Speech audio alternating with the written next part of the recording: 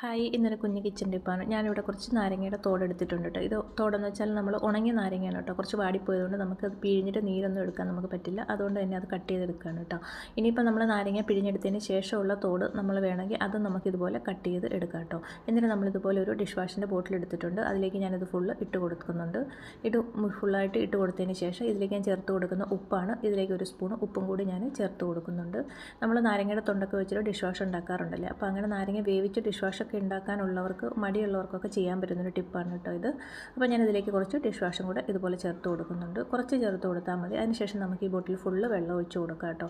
എന്നിട്ട് നന്നായിട്ടൊന്ന് ഷേക്ക് ചെയ്ത് കൊടുക്കുക. അതിനുശേഷം നമുക്കിത് ഉപയോഗിച്ച് പാത്രങ്ങളൊക്കെ വാഷ് ചെയ്യാവുന്നതാണ് കേട്ടോ. എത്ര പാത്രങ്ങൾ വേണമെങ്കിലും നമുക്കിത് ഉപയോഗിച്ച് ഇഷ്ടംപോലെ പാത്രങ്ങൾ വാഷ് ചെയ്തെടുക്കാൻ പറ്റും കേട്ടോ. നല്ല നീറ്റ് ആൻഡ് ക്ലീൻ ആയി കിട്ടും. അതുപോലെ നല്ല പാത്രങ്ങളൊക്കെ വെട്ടി തിളങ്ങുകയും ചെയ്യും. നല്ലൊരു സ്മെല്ലും ആയിരിക്കും നാരങ്ങയുടെയൊക്കെ.